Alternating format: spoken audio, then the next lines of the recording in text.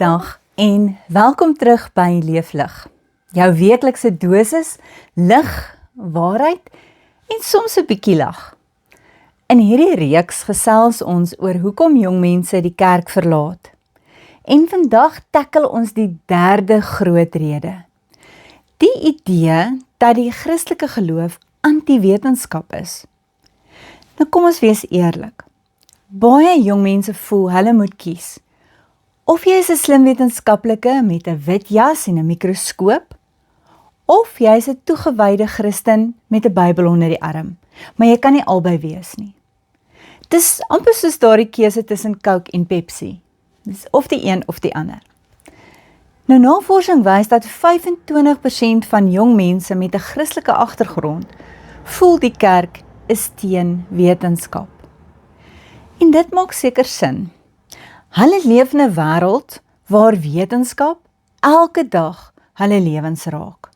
Van die antibiotika wat hulle gesond hou, tot die slimfoon wat hulle nie kan neersit nie.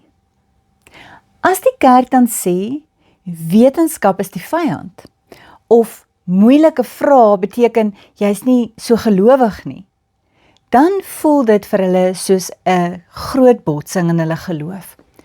Een jongman vertel hoe hy sy geloof heeltemal gelos het, toe hy oor evolusie begin leer het. Hy het gedink, hy moet kies. En hy het die wetenskap gekies, want dit het vir hom soos die regte wêreld gelyk. Nou hier is 'n syfer wat jou gaan laat regop sit. Meer as die helfte van jong mense in die kerk, 52%, hoop om eendag in 'n wetenskapverwante werk te gaan werk. Dokters, ingenieurs, tegnologie.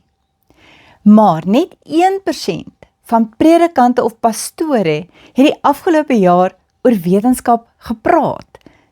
Dis soos om 'n rugbyspan te hê wat nooit oefen nie. Hulle gaan nooit wen nie. Die uitdaging is duidelik.